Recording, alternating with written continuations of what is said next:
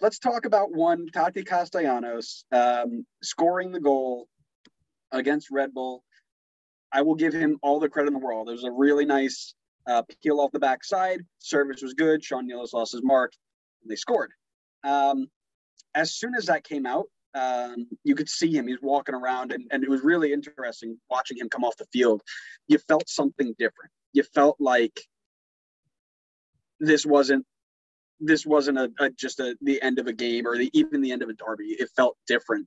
And then about 24 hours later, the news comes out that City Football Group purchased his contract to loan him out to Girona in Spain. So lots of times we've talked about whether he is worth that much money or not, right? Everybody's saying 20 mil. I watched him firsthand. And I watched specifically outside of the goal, what was he doing?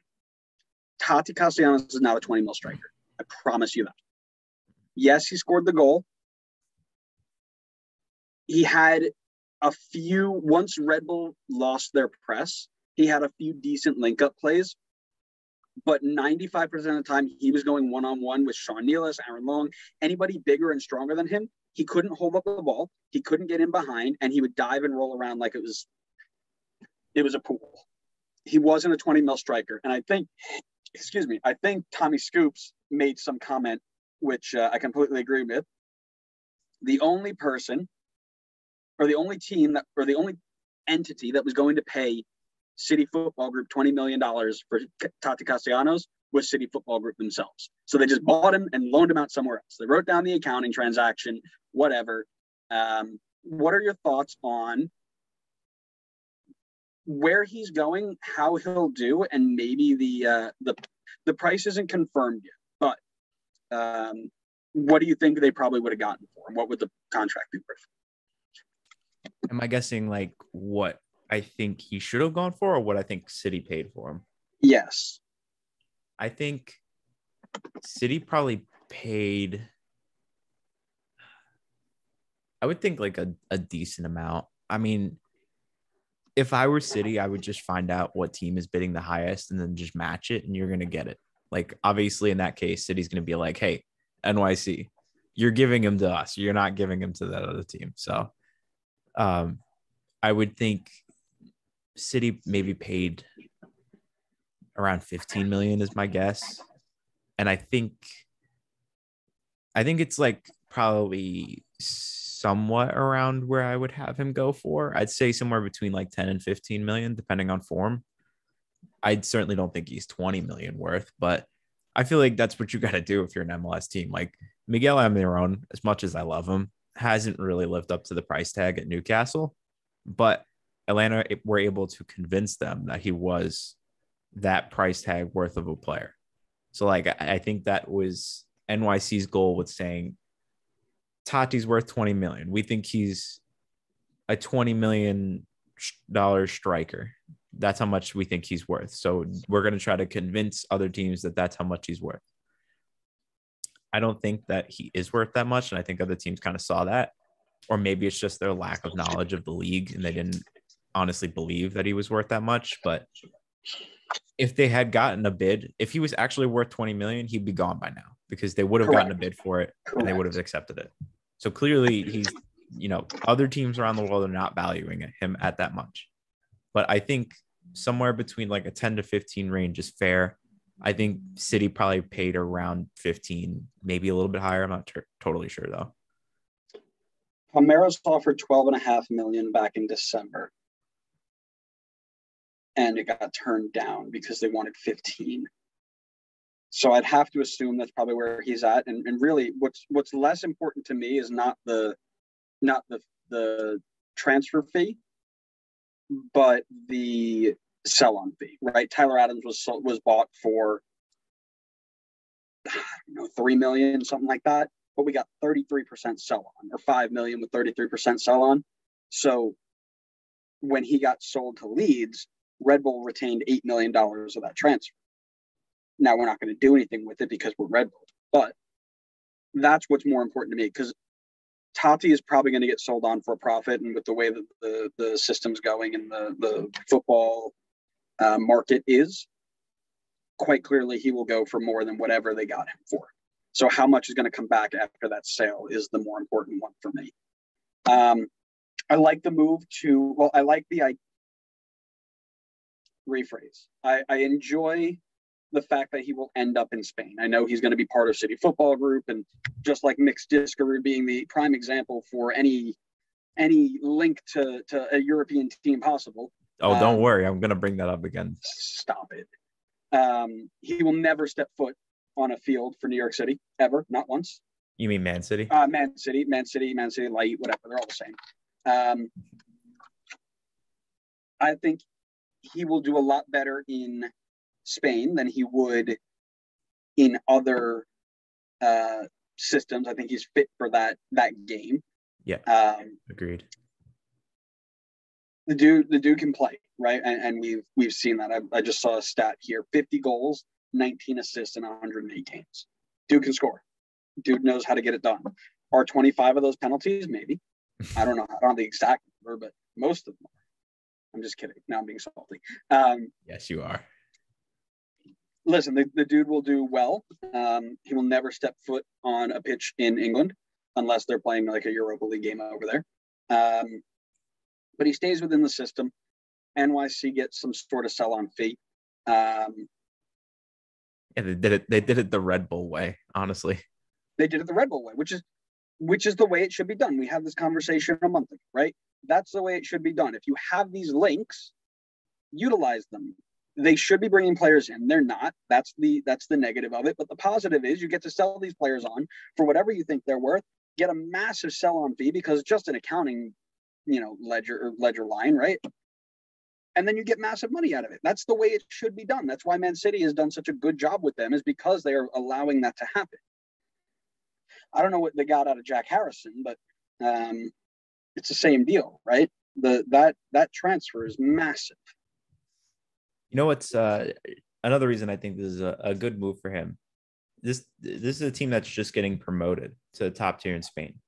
So he should 100% come in and at least be in the conversation for starting. I don't know the team well enough to say that he should be starting for sure, but I know he's certainly good enough that he should be at least in the conversation to be a starter. I would think they bring him in to start, personally. That's just my guess.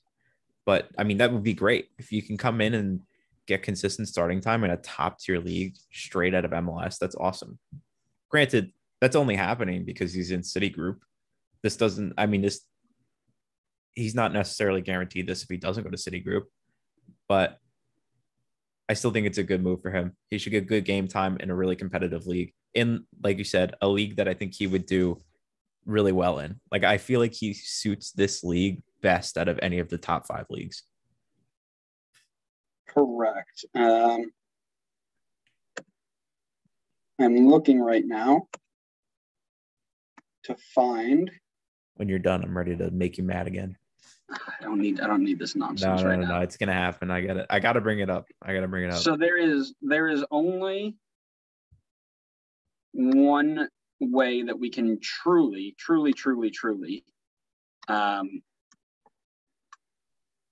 analyze how he would fit, and that is through FIFA, of course. So their best player, according to FIFA, is Christian Stuani, who is a Uruguayan striker. They've got an Argentinian in Bustos, Spanish in Moreno, and those are their attacking 3.